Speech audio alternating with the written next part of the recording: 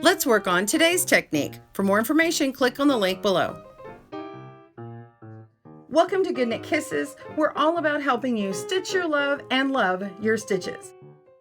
Work the first row in a knit stitch, so the entire row, and then that's going to be the wrong side. And then you'll start with me on row 2, and we'll work with the first color to integrate that in, and we'll really go through all these, and step by step I'll be referring to these directions.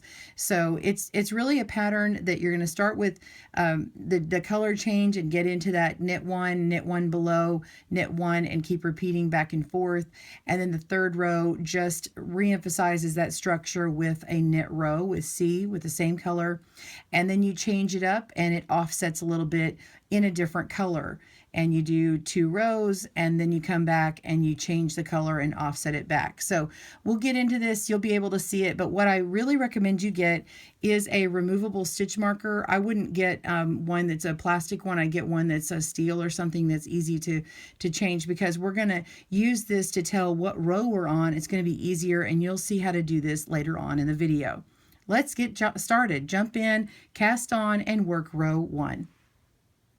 All right, so cast on your 27 stitches. All right, after you got the 27, then just knit a row, and it'll be a wrong side row. When you get back to the front, after you've knit that row up, you're going to mark the right side, and we will meet on row 2, which will be the right side. See you in a little bit. Okay, so we've knit, and I'm going to put a stitch marker down below. I'm just going to grab it kind of on the cast on edge here, real nearby, because I'm going to be knitting in stitches below, and I don't want to get a hang up on this little marker here. Okay, so we are starting with our second color. Sorry, we're on row 2, and go ahead and put that new color, hang it on behind. You can hold the yarn to the back with your first color here, and we're going to work the first stitch just by knitting, very similar to last week when we changed color immediately. Okay, so we're going to knit one below here. So if you remember, we had this little purl bump here.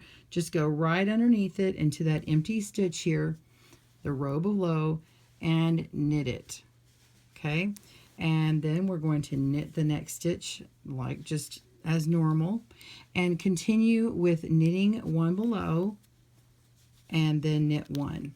So when we knit one below, remember we're letting it drop off those stitches.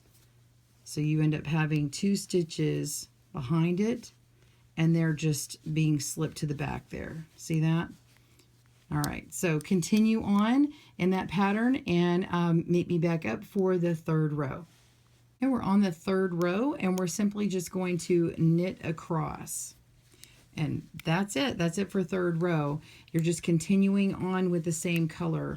We only change color every other row, and so you won't need to do any kind of turning or clipping, cutting your yarn. It's all going to stay and twist up the side.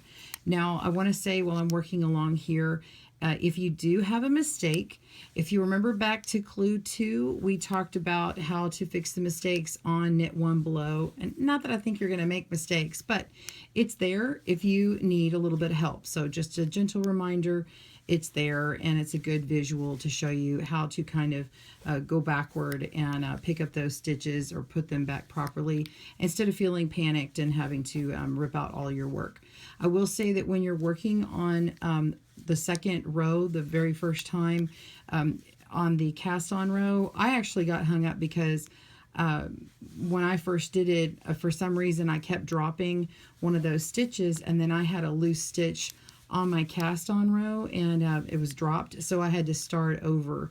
So if you have the same problem that I did, just make sure when you're knitting below for the first time and it's really tight along the cast on edge, it may be just because you just got to pay extra careful attention that first row, and then you'll be fine.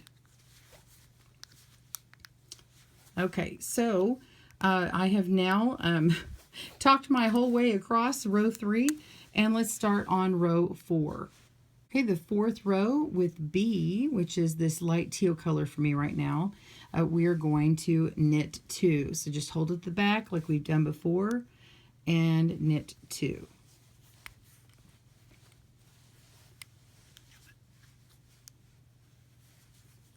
Okay, and now we're going to follow the pattern as we've done before. We're going to knit one below, going below there, making sure to get all that, and knit one.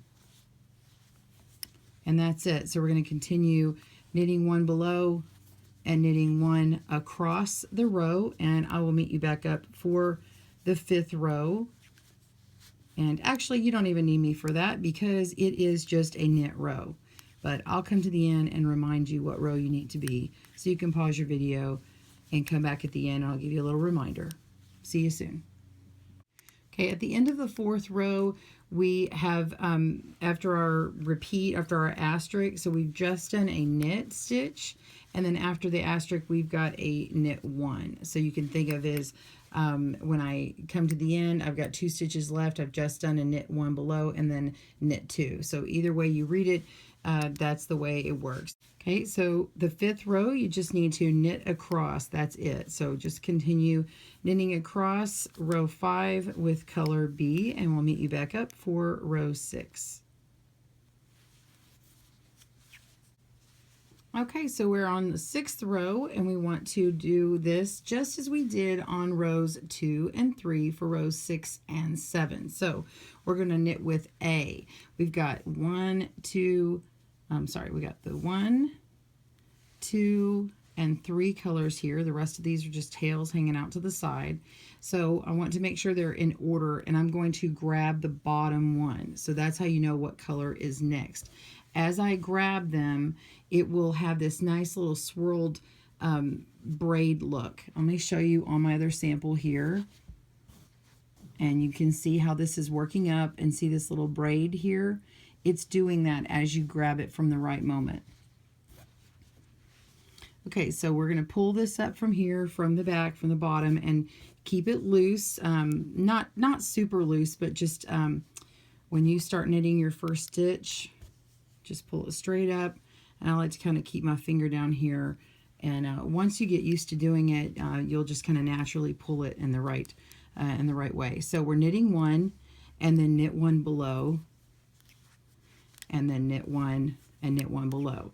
So if you notice, when we start stacking these up, let's look at this for a moment. So this one was row 2, and this part here where 4 is, it offsets. Okay, so you're actually knitting 2 to begin the offset one, and these main ones here for row 2 is lining up with this one over here. So every other one is offset. So these line up. So the ones that line up only knit 1, and the ones that are offset, they go with a 2. So we're going to end up alternating colors throughout here, but you can kind of tell which way they go. It'll start appearing to you as you can continue with the pattern. My suggestion would be is to take your stitch marker, and when you get ready to start your next section, because what's going to happen is this is in a set of 12 rows, and when you complete that section of 12, you can move your stitch marker up, and so you know where you are in the pattern. So that's my little quick tip for you, and continue on. And the way to tell where you are, if you put your work down, is I went here, I've got 1 stitch here on the back, so I know the next one is a knit 2. I'm sorry, a knit 1 below, and then you can see that you've got the 2 pieces on the back here. So let's knit 1 and knit 1 below. And how you can tell on here, the reason why I like this one even better than the other is because I can go directly down here and I can knit this stitch, and I can see it better because of the multicolors, rather than on Clue 2 how it was all the same color. So anyway, let's just keep on going, and I'll meet you back at the end after you've done rows 6 and 7, just as the 2nd and 3rd rows. See you in a little bit. Okay, we're on row 8. That's where we're going to start. And have you noticed all the wrong side rows are completely knit? You're not doing anything other than just knitting on those rows, so it makes it really easy to remember what you're going to do as far as that goes. And if you do need to have a row tracker, a little row counter, you can do that and tell if you're just 1 through 12, and then you can kind of keep repeating between 1 through 12. So we're going to grab the bottom color again, and this is with C. And we are going to knit as the 4th row, and this is one where we knit 2 to start off. Okay, so 1, 2. Okay, and then we're going to continue in that pattern of knitting 1 below and knit 1 below and knit 1, and continuing that on. And you can now start really to see this pattern develop. Isn't that pretty? I think it's absolutely gorgeous. I really love it. So continue on your pattern, returning, and then I'll meet you back up for the 10th row. All right, rows 10 and 11 with B, we're going to knit as second and third rows. So B is on the bottom here. Remember, we're just holding these out to the side, grab the bottom, pull it towards the back. And as the second row is, you are knitting 1 first. And then continue your pattern on. Knit 1 below, and then knit 1, and continue across. Okay, so we're going to continue on that pattern, and I'll meet you back up for the 12th row. I do want to show you something here. You can see that mine is a little bit curving here, and yours might be doing the same thing.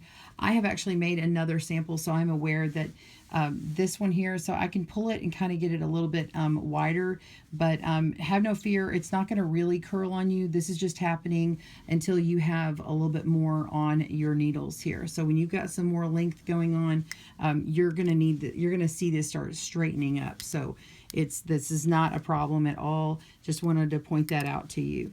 Okay, so I will meet you back up for the 12th row. Continue in this pattern and knit back the return row. Meet me back for 12. See you soon. I'm going to take a moment to stop before I move on to row 11. And because you're working with multiple colors, this is a quick tip about working with color stranding. So I will say, in order to not get tangled up, every other row, and I'm sorry I didn't mention it before, but every other row, you want to flip it in the opposite way. So like if you're knitting along and you find yourself at the end and you always flip this way, every other row, flip it the opposite way so that your yarn over on the side, down the balls down the floor, whatever, are not getting tangled and twisted up. So if you'll make that a habit from the beginning, if you need to untwist your yarn now and do it that way, then you'll have that pattern going in the pattern of twisting and untwisting by turning it to the right and to the left, alternating, and it'll be a lot easier on you later. You won't have to worry about moving your balls around to untwist anything and have a mess. So I hope that tip is helpful for you. All right, continue knitting on row 11. I'll meet you back up for 12. Okay, we're on the last row of this 12-row repeat, row 12, and we want to knit from this bottom yarn, which happens to be A. So we're going to knit it as row 4, which is knit 2, and then make your knit 1 below and knit 1 and go across. Now when you get down to where you've passed where your marker is, I'm going to show you what I was talking about earlier, and it may be a little confusing in the beginning, but now that you're seeing this pattern work up and you're starting to understand it, this might make more sense. So now that I've passed where this marker is and I'm on row 12, I'm going to mark where I'm starting row 1 the next time. So I'm just going to move this up, and I'm marking one of these stitches here. Okay, and I'm going to put my stitch marker on. There we go.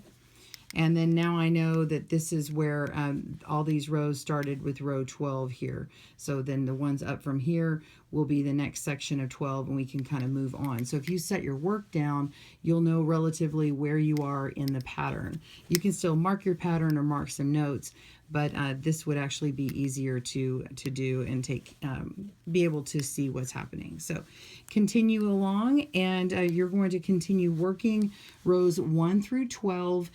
Thanks for joining us today, where we help you stitch your love and love your stitches. See you again soon.